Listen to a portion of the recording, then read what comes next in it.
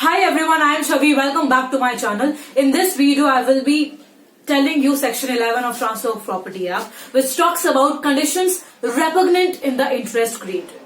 So before actually starting with section 11, let me first ask you one question कि क्या ऐसा हो सकता है क्या कि आपने जो है किसी से प्रॉपर्टी खरीदी है, आपने इतना पैसा दिया उस प्रॉपर्टी को खरीदने में, और जब आपके पास आप ओनर बन जाते हो उस प्रॉपर्टी का, और जो है वो जो पर्सन जो प्रीवियस ओनर था उस प्रॉपर्टी का, वो आपकी प्रॉपर्टी के ऊपर जो है कुछ रेस्ट्रिक्शंस लगाने लग जाए।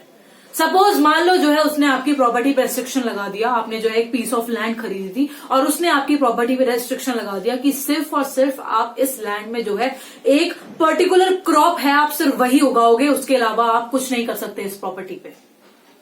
Can this happen? Are you bound by that condition? Yes और नो?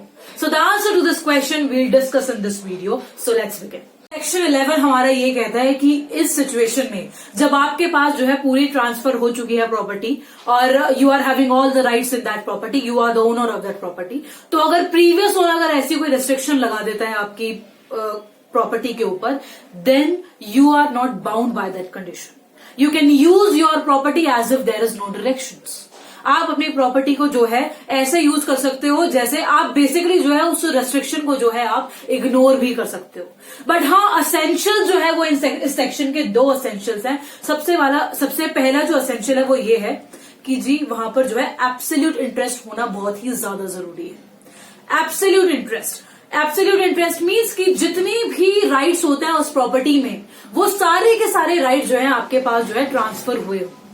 एब्सोल्यूट इंटरेस्ट का बेसिकली मतलब ये है कि सारे के सारे राइट्स ट्रांसफर हुए हैं, बेसिकली मतलब ओनरशिप ट्रांसफर हुई है।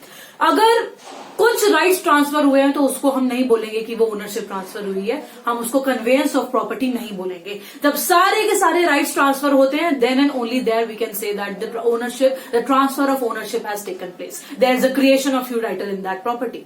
So when would that creation of new title would take place? When all the rights are transferred, or in the other words we can say when the absolute interest is transferred.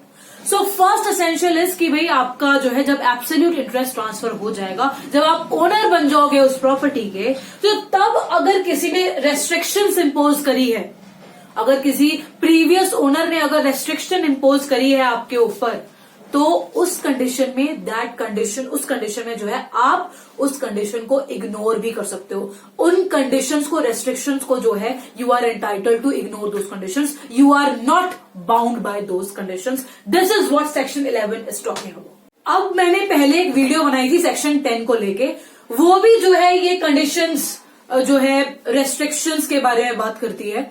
तो आप लोग सोच रहे होंगे कि actual में क्या difference है सेक्शन 10 में और सेक्शन 11 में। दोनों ही रेस्ट्रिक्शंस की बात कर रही हैं, दोनों ही कंडीशंस की बात कर रही हैं। वो कंडीशंस भी जो है ट्रांसफरर के थ्रू इम्पोज करी गई हैं। Then what's the exact difference between section 10 and section 11? So the difference is कि सेक्शन 10 की जब हम बात करते हैं तो सेक्शन 10 में आप देखना कि सेक्शन 10 में वहां पर हम एब्सोल्यूट इंटरेस्ट की बात नहीं कर रहे।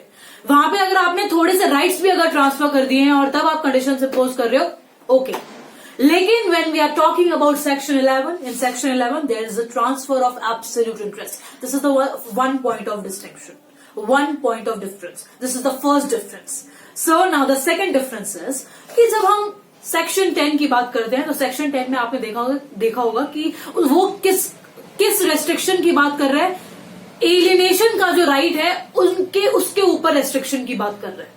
लेकिन यहां पर सेक्शन 11 में जो है वो इंजॉयमेंट ऑफ दैट प्रॉपर्टी के ऊपर जो है रेस्ट्रिक्शन लगा रहे हैं। So this is the second point of difference between section 10 and section 11। तो जैसे मैंने बताया एब्सोल्यूट इंटरेस्ट, तो एब्सोल्यूट मतलब कि सारे के सारे आपने राइट जो है ट्रांसफर, जैसे सेल हो गया, एक्सचेंज हो गया, गिफ्ट हो गया, ये सारे एग्जाम्पल है एब्सोल्यूट इंटरेस्ट के। अगर आपने किसी के फेवर में लाइफ इंटरेस्ट क्रिएट करा है तो वो इस सेक्शन के अंदर नहीं आएगा, because that's not absolute interest. So this was all about section 11. Now there is an exception to section 11. एक ही exception है section 11 की, उसको भी चलिए डिस्कस करते हैं। इस सेक्शन का एक एक्सेप्शन है जो कि ये कहता है कि अगर आपने जो है ट्रांसफर कर दी है प्रॉपर्टी, एक इमूवेबल प्रॉपर्टी अगर आपने ट्रांसफर कर दी है, तो उन सर्कमस्टांसेस में अगर मान लो कि आपने जो है कुछ रेस्ट्रिक्शन लगाई है और वो रेस्ट्रिक्शन आपने क्यों लगाई है, उसका रीजन ये है कि आप जो है वो रेस्ट्रिक्शन इसलिए लगा रहे हो ताकि आपकी जो खुद की जो एडजॉइनिंग प्रॉपर्टी है, ट्रांसफर की जो खुद की उसके साइड में जो प्रॉपर्टी है, वो उसके बेनिफिशियल एंजॉयमेंट के लिए आपने लगाई है। सो सेक्शन 11 ये कहता है कि वो रेस्ट्रिक्शन जो है परफेक्टली वैलिड मानी जाएगी। कैसे? सेक्शन 11 का एक्सेप्शन ये कहता है कि मान लो कि एक ओनर है प्रॉपर्टी का, उसके पास काफी सारी बड़ी प्रॉपर्टी है, बड़ी लैंड है, तो उसने क्या करा है, उसने जो है उस प्रॉपर्टी जो लैंड है उसमें से जो है उसने थोड़ा सा जो पार्ट है सिर्फ वही सेल किया है, सारी की सारा जो प्रॉपर्टी है उसकी वो सेल नहीं करी है।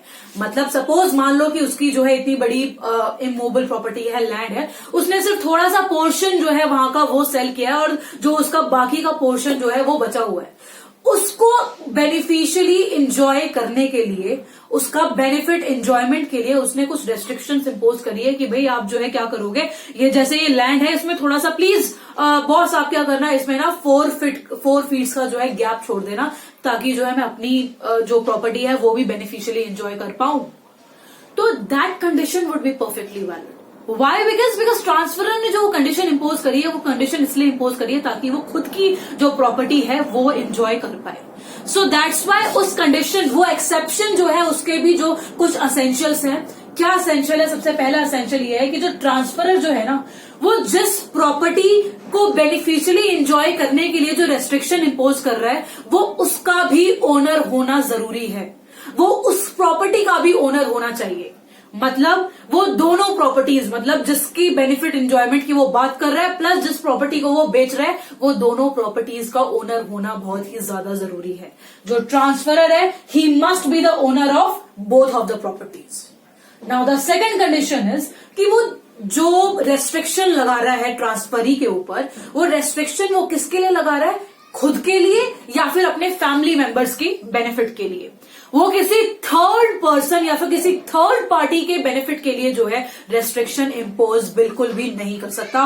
This is what the second important condition is of the exception, that is only for him and his family members and no third party. तो वो जो कंडीशन लगा रहा है, रेस्ट्रिक्शन लगा रहा है, वो जो है अपने या फिर अपने फैमिली मेंबर्स के बेनिफिट के लिए, किसी थर्ड पार्टी के लिए नहीं। ऐसा नहीं है कि भाई वो जो ट्रांसफरर है वो उस मतलब कि जो रेस्ट्रिक्शन लगा रहा है जिस प्रॉपर्टी के लिए, वो उसका ओनर भी नहीं है, किसी अपने बाजू पड़ोसी को जो है वो बेनिफिट देने के लिए वो रेस्ट्रिक्शन लगा रहा है। नो, सिर्फ और सिर्फ वो अपनी प्रॉपर्टी के रेस्ट्रिक्शन, अपनी प्रॉपर्टी के बेनिफिशियल एंजॉयमेंट के लिए जो है कंडीशन लगा सकता है and nothing else. So this was all about section 11। हाँ, एक चीज और है, जब हम रेस्ट्रिक्शंस की बात कर ही रहे हैं, कंडीशंस की बात कर ही रहे हैं, तो ये भी देख लेते हैं कि कंडीशंस भी ना दो तरीके की होती हैं। एक तो होती है पॉजिटिव कंडीशंस और एक होती है नेगेटिव कंडीशंस, जिसको हम कोवेनेंट्स भी कहते हैं, that is positive covenants and negative covenants. तो अब आप देखो कि सपोज अगर मैं बोलूं कि आप जो है मेरी लैंड में जो है आप प्लीज इसको ना यहाँ पर एक 4 फीट का गैप छोड़ देना, तो एक ये भी कंडीशन हो सकती है। और दूसरी कंडीशन ये भी हो सकती है कि भाई देखो ये जो थोड़ा सा स्पेस बचा हुआ है ना, प्लीज यार इसकी ना टाइमली रिपेयर करना, मतलब रिपेयर करना इन द सेंस कि भाई ये जो ना मेरे को गंदी नहीं दिखनी चाहिए, प्लीज इस पे जो है झाड़ू वाड़ू मारते रहना, ये सारी चीजें, इसको प्लीज अप टू डेट एकदम टच रखना। तो ऐसी कंडीशंस भी जो है लग सकती है। पर हाँ, ये चीज है कि देखो कुछ कंडीशंस ऐसी होती हैं जो कि फाइनेंशियल बर्डन लाती हैं, किसके ऊपर, ट्रांसफरी के ऊपर, और कुछ कंडीशंस होती हैं जिसमें कोई फाइनेंशियल बर्डन नहीं होता।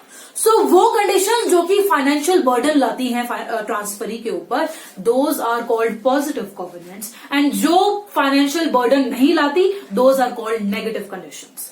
अब आप मुझे कमेंट सेक्शंस में आंसर बताना कि अगर ट्रांसफरी फर्दर अगर किसी और को प्रॉपर्टी ट्रांसफर करना चाहेगा तो क्या पॉजिटिव कोवेनेंट्स ट्रांसफर होंगी या फिर नेगेटिव कोवेनेंट्स ट्रांसफर होंगी या फिर कोई भी नहीं होंगी। What do you guys think? Let me know in the comment section below. Thank you so much. That's all for today's video. I'll see you in the next video. Bye bye.